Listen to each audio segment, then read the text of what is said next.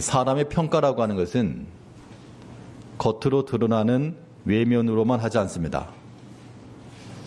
우리가 어떤 사람을 볼 때, 저 사람 참 성실하다, 혹은 부지런하다, 인사성이 밝다, 열심히 일하고 또 인사를 잘하니까 그렇게 평가를 하죠.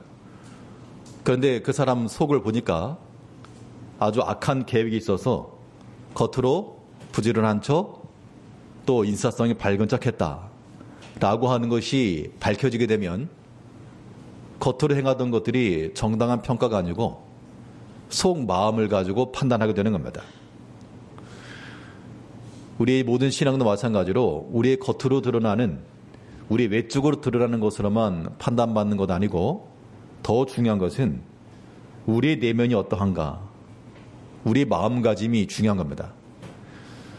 이 시간 우리가 외면으로는 다 예배자의 모습이고 또 예배 자리에 나왔습니다. 그런데 예배자의 외면은 있는데 그 내면 또한 예배자의 내면이 분명한가? 우리 참으로 하나님 앞에 예배에 합당한 그런 마음을 가지고 있는가? 라고 하는 것들을 한번 생각을 해봐야 됩니다.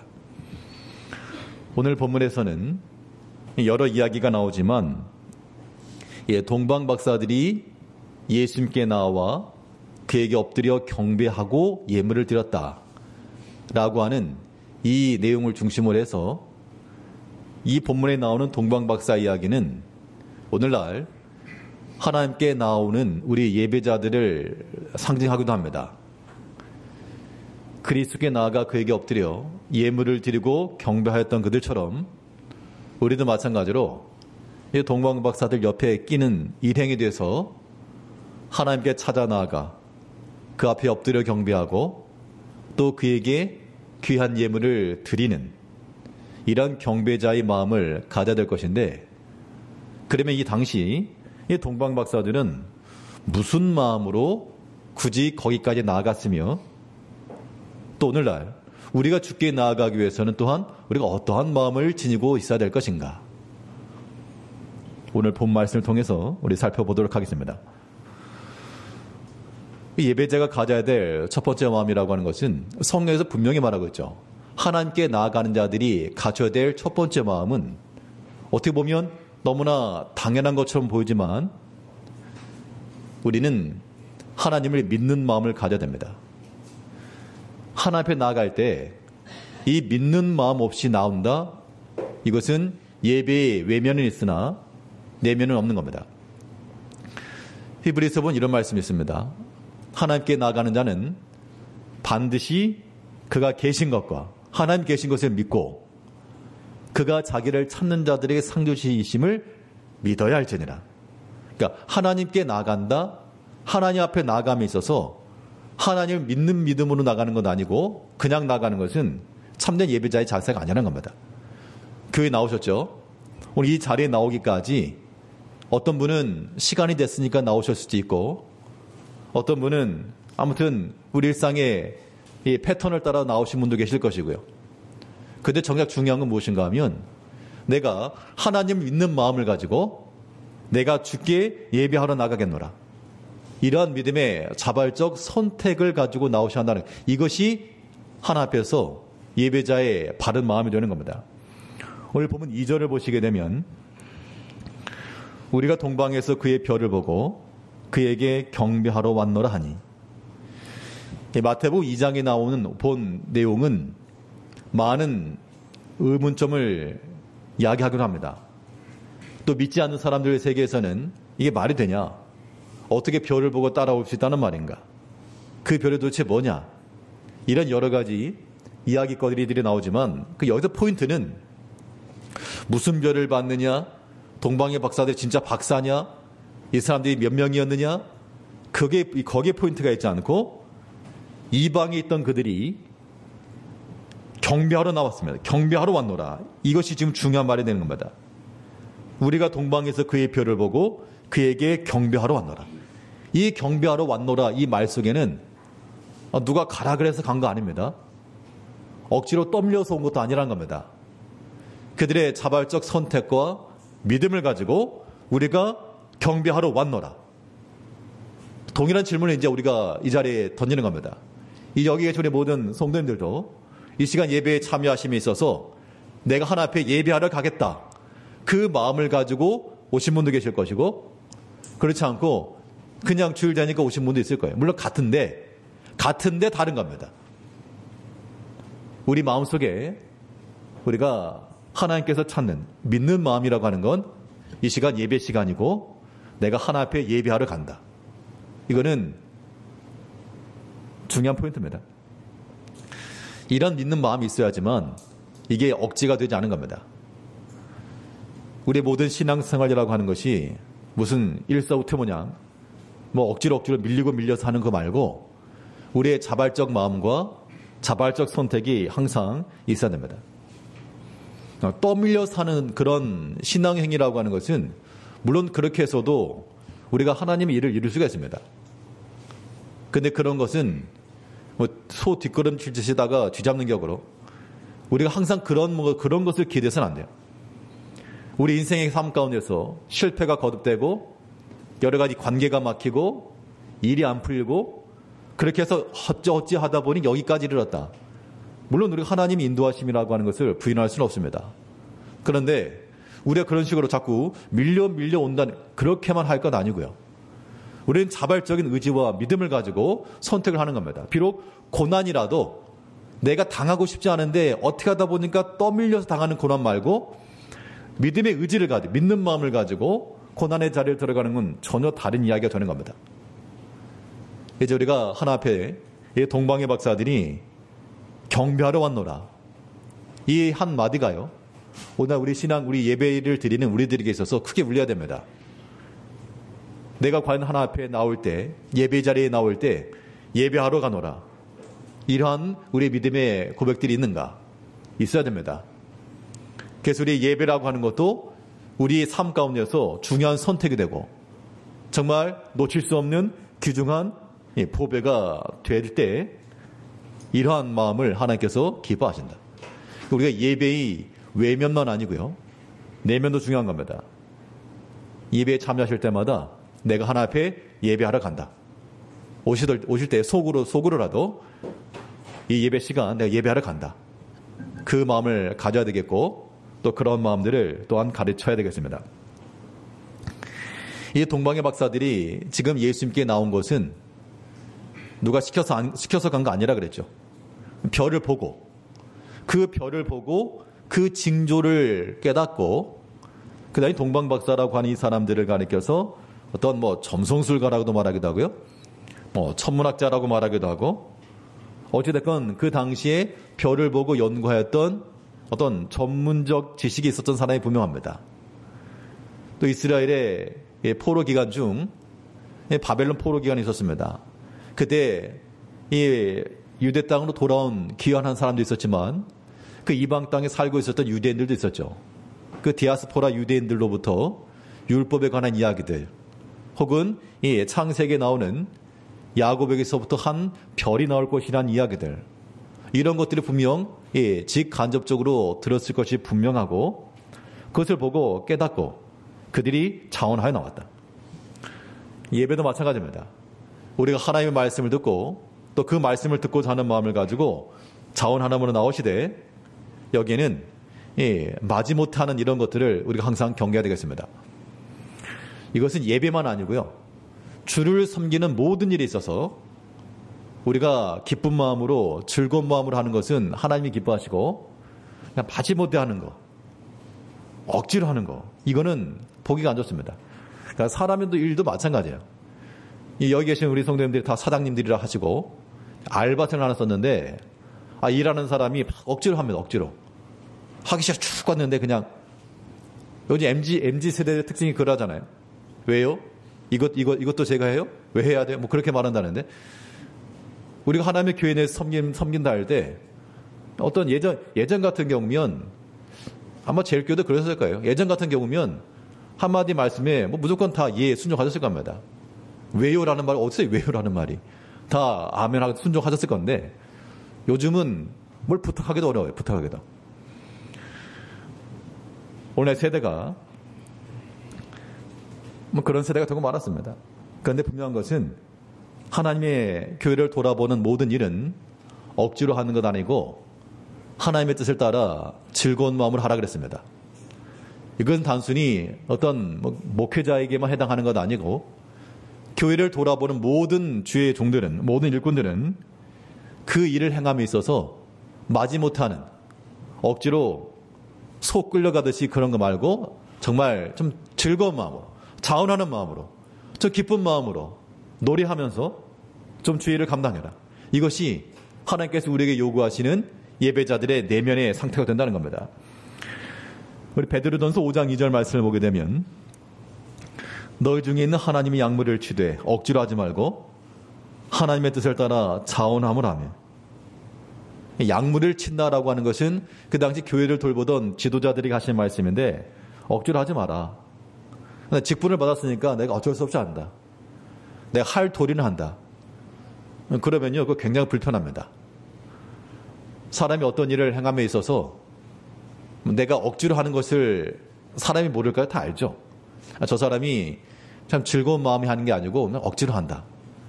사람의 얼굴과 표정에 다 드러나기 마련입니다. 또 다 알죠. 그걸 보면 굉장히 불편합니다. 속으로는 차라리 저렇게 할 거면 하질 말지, 그런 마음이 들 때도 있다니까요. 교회도 마찬가지예요. 우리가 마땅히 해야 될 것을 내가 그냥 할 도리 한다, 그런 마음을 가지고 있으면 그건 절대 하나님 기뻐하지도 않으시고 하나님만 기뻐하지 않은 게 아니라 함께 있는 우리 믿음의 성도들이 더 불편하고 어려워하는 겁니다. 그걸 아셔야 돼요. 뭐라 그랬습니까? 억지로 하지 말고 하나님의 뜻을 따라 자원함을 하라. 그러니까 예배를 드리는 것도 자원한다는 말 속에는 속에 기쁜 마음을 하라, 그런 얘기입니다. 여러 가지 주의를 봉사하는 것도 마찬가지죠. 그냥 또 이번 차례가 됐네? 뭐 그렇게 하지 말고 자원함을 하라. 억지로 하지 말고.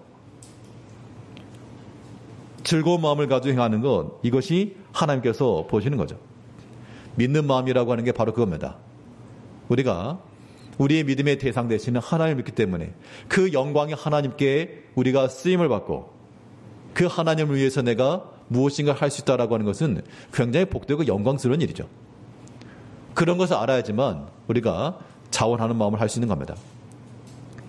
역사를 보게 되면 나라를 위해서 몸을 바쳤던 그런 애국 지사들, 그들은 나라를 위해서 일한다라고 하는 그러한 영광이 있었습니다. 그런 자긍심, 애국심이 있었기 때문에 나라를 사랑하는 마음이죠. 그런 마음이 있었기 때문에 그러한 자발적인 헌신이 있었던 겁니다.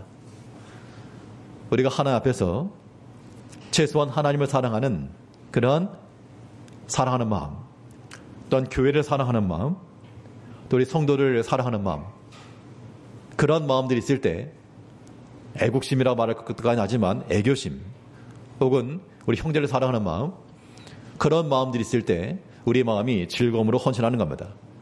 이제 어떤 일 하시더라도 우리가 서로 인상 쓰지 말고 또 즐거운 마음으로, 봉사하시더라도 서로 즐거운 마음을 가지고 그런 마음으로 하는 것이 하나님이 기뻐하시는 거기 때문에 그렇게 하는 겁니다. 일하는 것이 좋아서 그럴 사람은 어디 있겠어요? 우리 속 마음을 다스려가면서 우리 예배에 나오기 전에도 항상 영적으로 충만해서만 아니실 겁니다. 예배 나오기 전에 이미 1차전 버리시고 오신 분도 계실 거고, 내 속이 한번 뒤집어졌다 엎어졌다 하셨던 그런 분도 계실지 모르지만, 그래도 우리가 하나 앞에 나간다는 그런 생각을 가지고 우리 마음을 다스리고 정리하고 또 우리 서로에게 우리가 자원하는 마음으로, 즐거운 마음으로 주를 섬겨야 되겠다, 그런 마음을 가지고 우리가 나가야 됩니다. 이런 믿는 마음이라고 하는 것이 우리로 하여금 자발적 선택을 가져오는 겁니다. 그래서 우리가 선택이라고 하는 것 이면에는요, 선택이라고 하는 걸 뒤집어보면 그걸 뭐라고 읽습니까? 선택의 반대말은? 선택의 반대말이라고 하는 것은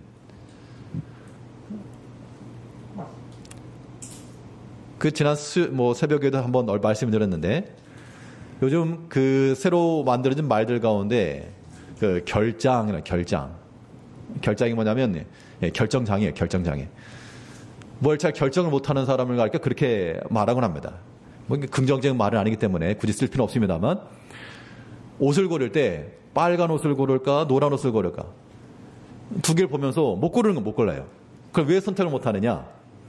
선택을 못하는 것은 빨간색 옷이 좋은지 노란색 옷이 좋은지 이거를 몰라서가 아니라 그 선택을 못하는 근본적 이유는 포기를 못하기 때문에 그렇죠. 빨간 걸 선택하려고 하니 저 노란 게 아깝고, 노란 걸 입으려고 하니 저 빨간 게 또 좋아 보이고, 그 포기되는 걸 포기 못하니까 선택이 안 되는 거예요. 왜 믿음의 선택도 마찬가지입니다.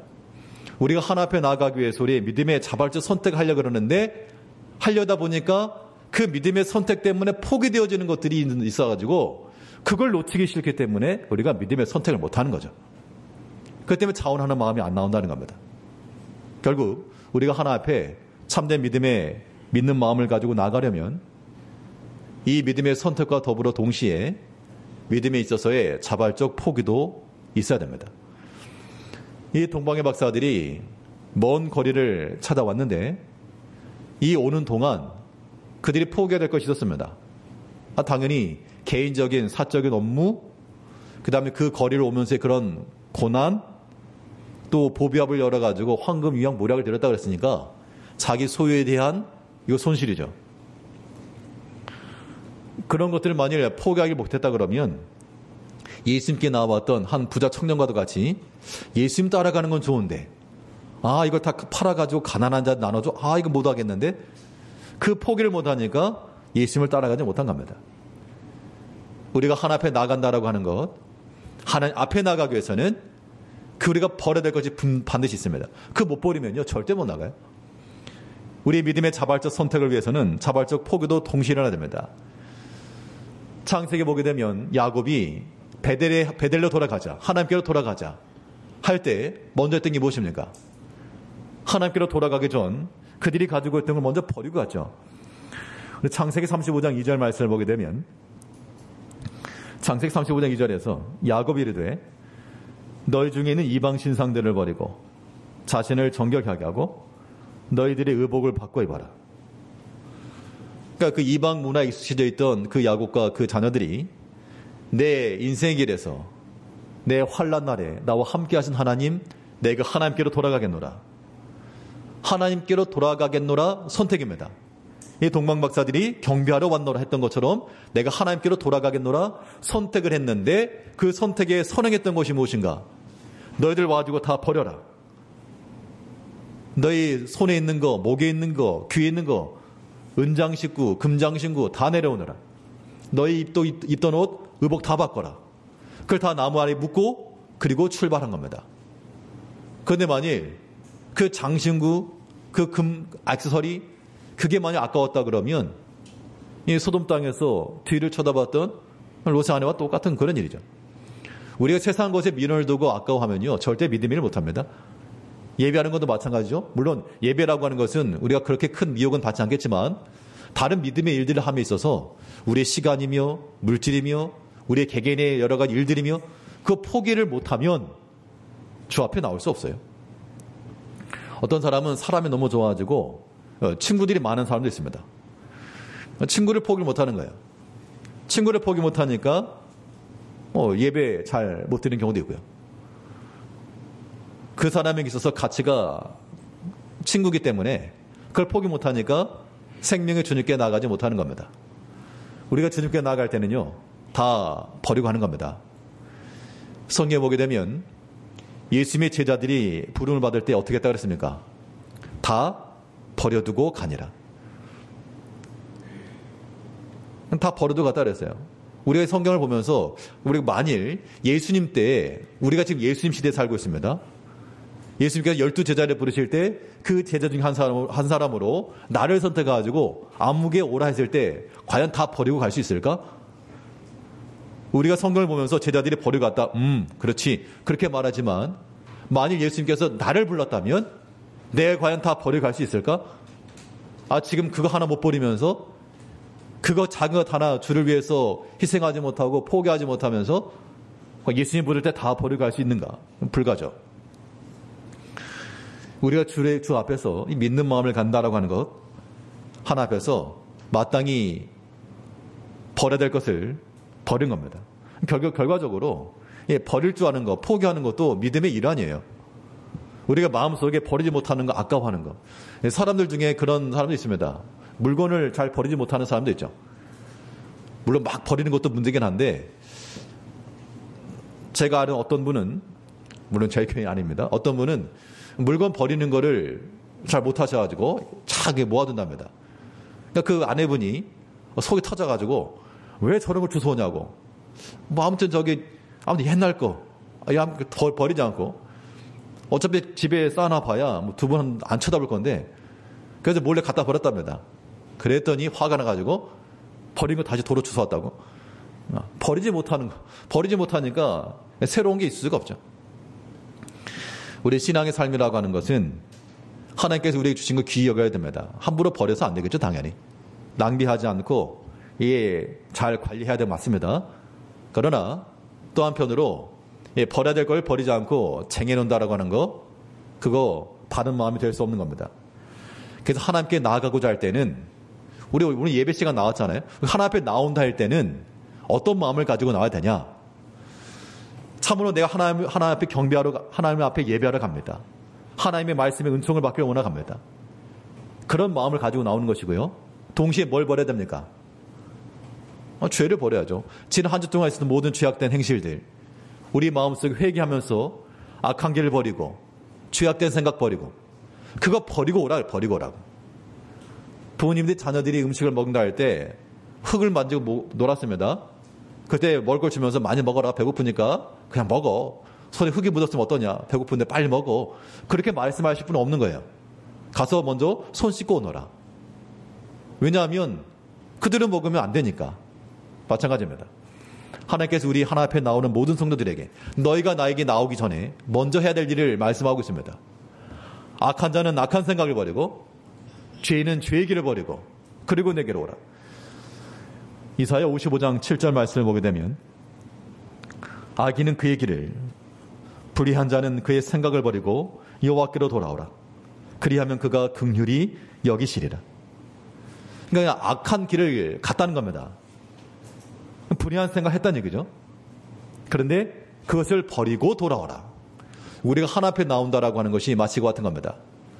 우리 한 주 동안 살아가면서 우리 항상 영적으로 충만하고 거룩하고 그렇게만 살지 못하고, 우리 마음속에 여러 가지 미혹과 여러 가지 생각의 죄와 말의 범죄와 행실의 악함과 아무튼 이런 것들이 복합적이라는 겁니다. 그럴 때 우리가 하나님 앞에 나올 때는 반드시 하나님 앞에 이 모든 것들을 버리고, 야곱이 베델에 하나님을 만나러 올라갈 때 그들의 모든 걸 버리고 온 것처럼 우리도 마찬가지입니다. 그래서 회개하는 심령을 가지시고 그 예배에 참여하시면서 말씀 듣기 전 하나님 앞에 회개하고 또 사죄의 은총을 구하고 새 은혜를 구하는 마음을 가지고 예배하는 것이 마땅한 겁니다. 오늘 본문의 동방 박사들은 누가 시켜서 간 것 아니고 또 못 가게 간다고 해서 안 간 거 아닙니다. 그들이 별을 보고 메시아가 왔다, 그 믿는 마음을 가지고 그들의 자발적인 선택을 가지고 자원하는 마음으로 또 그들의 개인적인 일들, 또 그들의 유익한 것들 다 버리고, 바울도 그러지 않습니까? 그리스도를 얻는 이 지식을 위해서 나머지를 내가 배설물과도 같이 여긴다. 어떤 사람은 배설물처럼 여기는 것을 우리는 보화처럼 여겨가지고 두 손 가득히 모시고 있다 그러면 그건 참 부끄러운 겁니다. 그래서 우리도 동방박사들과 같은 신념을 가지고 이 동방박사들 옆에 같이 껴가지고 그 예수께 나아가 그에게 엎드려 경배하는 이 믿음의 거룩한 일에 동참하는 자가 될 수 있도록 우리 주를 믿는 마음을 가지고, 하나님 믿는 마음을 가지고 즐거움으로 자원하는 마음으로 주를 섬기는 우리 예배자들이 되어야 되겠습니다. 둘째로, 또 동방의 박사들 어떤 마음으로 거기까지 나갔는가? 오늘날 하나님 앞에 나아가려고 하는 우리들은 또 어떠한 마음을 가지고 주 앞에 이르러야 되겠는가? 우리가 가져야 될 마음이라고 하는 것은 하나님 앞에 하나님을 섬기는 마음을 가져야 됩니다. 그러니까 예배의 본 마음이라고 하는 건, 예배자의 심정은 섬기는 마음, 섬긴다라고 하는 게 뭐죠? 섬긴다라고 하는 것은 포지션을 말하게 되면 주인의 자리가 아니고 종의 자리입니다. 종의 자리예요. 종의 자리면 낮아지는 자리입니다. 그런데 오늘날 교회가 어떤 구조적인 그런 시스템의 문제이기도 하겠으나 하나 앞에 예배드리는 거룩한 그런 기관이 아니고 하나의 서비스 직군이 되고 말았습니다. 예배에 참여하는 성도들조차도 내가 무엇인가를 체험받아야 된다. 내가 무엇인가를 받아야 된다. 얻어야 된다. 물론 우리 하나 앞에 은혜를 받는 거 맞죠? 영적 충만함을 채워주는 거 그거 우리의 거룩한 열정 맞습니다. 그런데 그런 거 말고 교회가 무엇인가를 내가 채워줘야 된다라고 하는 그런 서비스를 받는 그런 마음이 되었다는 겁니다. 그런 건 교회 아닙니다, 여러분. 교회의 본질이라고 하는 것은 그런 데 있지 않아요. 하나님 앞에 우리가 나온다라고 하는 것은 우리가 주인의 위치가 아니고 우리는 다 낮은 종의 위치로 가는 겁니다. 섬기는 자예요, 섬기는 자. 근데 이런 섬기는 마음을 간다라고 하는 것은 주 앞에서 얼마든지 우리 자신을 낮출 수 있는 겁니다. 오늘 본문에 보게 되면 이 동방의 박사들이요, 엎드려 절한 게 그 당시 예루살렘을 찾아갔긴 했지만 헤롯 왕 앞에서 그들이 엎드리고 그들이 예물을 드리지 않았어요. 누구에게 예물을 드렸는가? 누구에게 엎드렸는가? 우리 본문 11절을 보게 되면 집에 들어가 아기와 그의 어머니 마리아가 함께 있는 것을 보고 엎드려 아기께 경배하고. 이 동방의 박사들이 나이도 먹었을 만큼 먹었을 것이고요, 경험도 있을 만큼 있었을 것이고, 그 먼 거리를 여행할 만큼의 그러한 경험도 있고, 또 별을 보면서 다른 사람들이 밤에 잠을 자기 때문에 별이 어떻게 되는지도 모르지만 그 별을 보면서 그 미세한 차이를 가지고 뭔가를 알아챌 정도로 그런 식견과 지식을 가진 그들이었으나, 그들이 엎드려 경배한 대상은 세상의 권력을 쥐고 있던 그런 왕궁의 왕이 아니라 아기 예수께 그들이 무릎을 꿇어 경배했다라고 말했습니다. 이것이 우리에게 시사하는 바가 있다는 얘기예요. 우리가 오늘날 여러 가지 면에서 경험도 풍부하고 지식도 있고 모든 면에 있어서 모자랄 것도 없지만 우리는 하나님의 교회 내에서 다 엎드려 무릎을 꿇을 자들이 되는 겁니다. 왜냐하면 종이기 때문에 그래요. 종이기 때문에. 우리가 하나님을 섬기는다는 것이 마치 이와 같은 겁니다. 그러니까 어린 아이에게 절한다는 게 말이 됩니까? 나보다 더 어린데? 나보다 더 못한데? 말도 못하고 움직이도 돌아다니지도 못하고 어떤 왕의 권세가 있는 것도 아니고, 그런데 그럼에도 불구하고 거기에 엎드렸다는 겁니다. 우리 모든 성도들이, 예배자들이 정말 어린 아이들 앞에서라도 우리의 마음을 낮출 수 있는 그런 심령들 같지 않으면 외면으로는 거룩한 예배자이나 내면은 텅 빈 겁니다. 오늘 본문에 나오는 동방의 박사들은 오늘날 우리들의 예배의 모습을 보여주고 있습니다.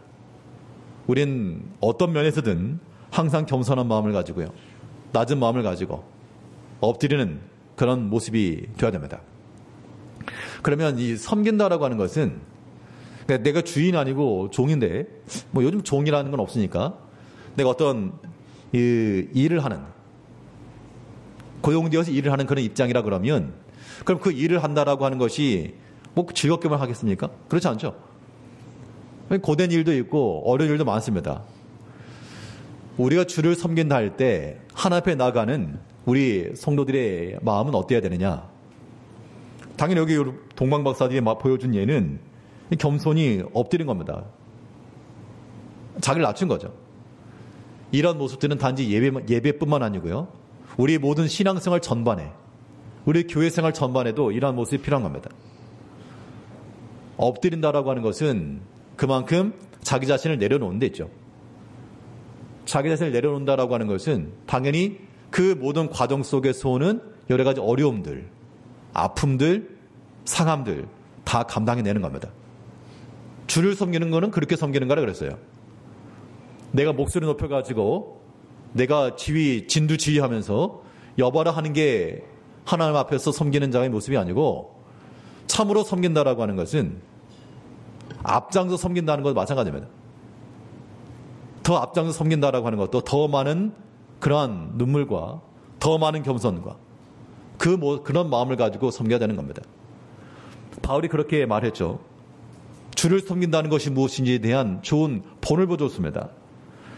우리 사도행전 20장 19절 말씀을 보게 되면, 곧 모든 겸손과 눈물이며 유대인의 간교로 말미암아 당한 시험을 참고 주를 섬긴 것과, 바울쯤 되면 그래도 그 당시 이름이 있지 않습니까? 네임밸류가 있는 거예요. 어디든 가더라도 대접받을 만한 그런 사람이었습니다. 근데 그가 주를 섬기는 이 모든 일들에 있어서 내가 모든 겸손으로 섬겼다. 마음을 낮췄다 그런 얘기입니다. 모든 눈물이라고 하는 것이 아무 데 흘리는 게 아니잖아요. 겸손과 눈물이라고 이 말 속에는 이 공감이 되는 그런 부분들이 있어요. 바울의 그런 어떤 마음이고 어떤 심정일까? 또 시험을 당했는데 내가 참지 못해가지고 발끈한 것이 아니고 내가 다 참고 주를 섬겼다. 목적은, 포인트는 내가 주를 섬긴다라고 하는 게 하나가 변하지 않았기 때문에, 주를 섬긴다라고 하는 그런 포지션이 명확했기 때문에 여러 가지 일이 있어도 겸손히 자기를 낮췄고, 여러 가지 마음의 상함이 있어도 아픔과 눈물이 있었지만 그걸 다 삼켰고, 또 말도 되지 않는 그러한 여러 시험이 있었지만 그것도 다 참았고, 그렇게 해서 주를 섬겼다라고 말했습니다. 우리가 주를 섬기는 방식이 이래야 됩니다. 근데 오늘 어디 그렇습니까? 우리 무슨 말 한마디만 들어도 분을 이기지 못하고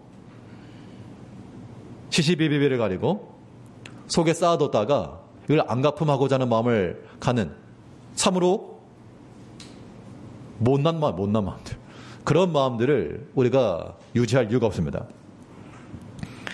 우리가 주를 섬긴다라고 하는 것, 참된 예비자의 내면이라고 하는 것은 기본적으로 섬기는 마음들이 있어야 돼요. 낮아지는 겁니다. 종인 거예요. 종은 님자를 붙이지 않고 놈자를 붙이게 마련합니다.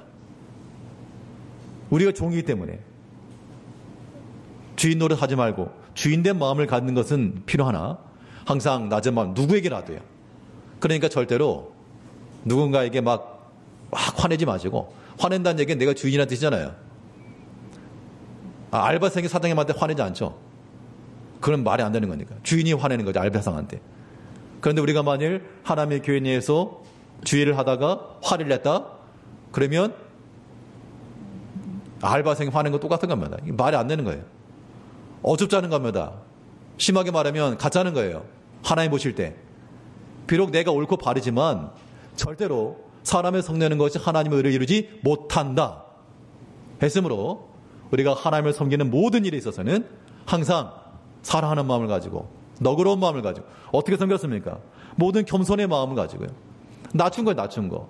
누가 낮췄습니까? 바울 사도가 그 당시 교인들과 성도를 향해 가지고 너희들이 낮춰라 하지 않고 바울이 그 당시 교회의 지도자였고요. 하나님의 교회를 세워나가던 그런 목회자였고, 또 많은 교인들과 성도들 앞에서 하나님의 말씀을 전하던 앞장서 일하던 사람이었습니다. 그가 그렇게 겸손과 눈물로 시험을 참고 섬겼습니다. 사실 그 앞장서 일을 하시는 분들은 다른 분들이 볼 때는 뭐 이해 못하는 부분이 있을지 모르지만, 또 앞장서 일하시는 분들도 나름대로 다 고충이 있어요. 또 나름대로 알지 못하는 그러한 눈물도 있고요. 또 인내도 있고 다 있습니다. 그렇기 때문에 서로 상호간에 판단하지 마시고, 앞서 행하시는 분들은 더 많은 인내를 가지고 기다려 주시고, 또 앞서 행하는 사람을 보는 사람들은 이거 오버한데 그렇게 하지 마시고 그 나름대로의 수고와 고충 다 참아가면서 하는 겁니다. 인내가면서 그 믿음의 수고들을 좀 알아주셔야 됩니다. 뭐 다른 건 몰라도 그걸 수고하노라, 협력하는 마음을 가지고 나가는 것, 이것이 하나님 앞에 바른 모습인 겁니다. 이제 우리가 주 앞에 섬기는 마음을 가지고 다 주를 위해서 자기를 낮춰가야 되겠습니다. 뭐 하지 마시고 성내지 마시고, 아무튼 뭐 하다가 성내지 마시자고요. 화내지 말자고요. 화가 일어난다, 이거는 하나님께서 제가 말하는 건 아니고, 만약 하나님 입장이라면 그럴 것 같아요. 왜 가짜않게 네가 하나님이냐?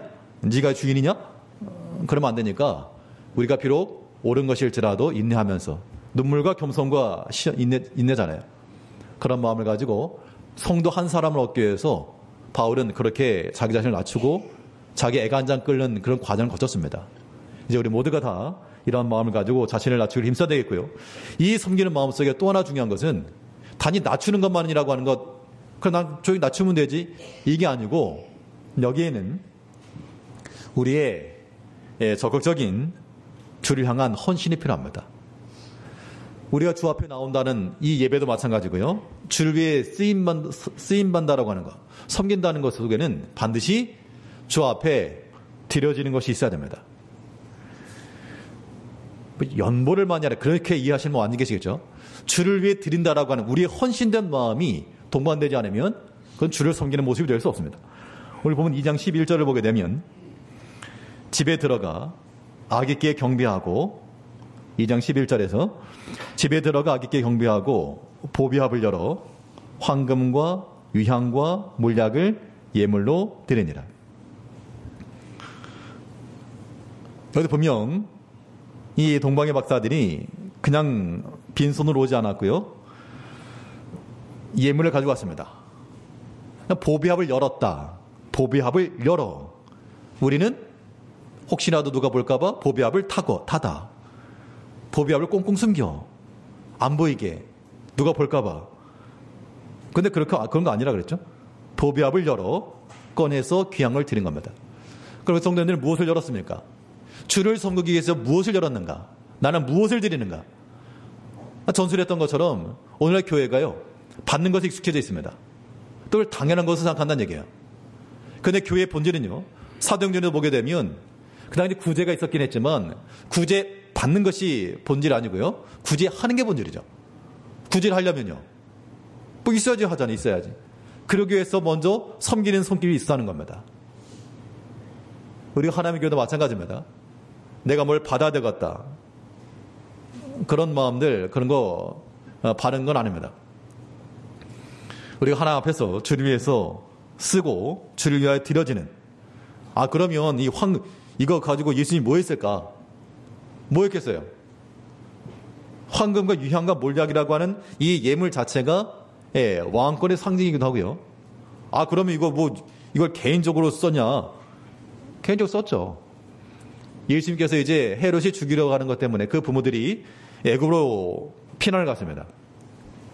피난하는 동안 그 필요한 물자로 쓴 거죠. 우리가 하나 앞에 드린다라고 하는 것은 우리 마음속에 열린 마음을 가져야 됩니다.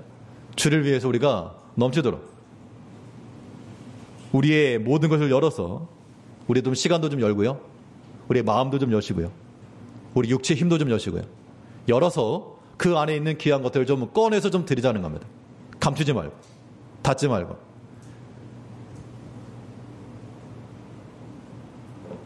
만일 누가 묻거든 주가 쓰시겠다 하라. 그럴 때 언제든지 여기 있나이다 라고 우리가 내어드릴 수 있는 그런 마음 상태 되어야 한다는 겁니다. 주가 쓰시겠다 하라 그랬을 때 왜요? 저 사람 거 하세요. 그러지 마시고 언제든지 즐거운 마음으로 우리가 쓰임을 받아야 됩니다. 오늘 본문에 나왔던 동방의 박사들은 오늘날 우리 예수님께 찾아나가는 예배자들의 전형을 우리가 한번 살펴봤습니다. 그들은 그들의 믿음의 마음을 가지고요, 자원하는 마음으로, 억지가 아니었고 그들의 믿음의 선택에 의해서 나갔던 것이고, 또 비록 어린 아이였으나 그 앞에 엎드려 그의 경배하고 그의 귀중한 것을 드렸다 그랬습니다. 이제 우리가 하나 앞에 예배자로 살아가면서 또 주를 섬기는 모든 일에 있어서도 믿음의 자원함을 가지고 또 겸손한 마음을 가지고 주를 잘 섬겨나가시는 동방박사 옆자리에 있는 그 일행과 그 수행으로 살아가시는 우리 모든 성도님들 되시길 바라겠습니다. 기도하겠습니다. 우리 사랑하신 아버지 하나님,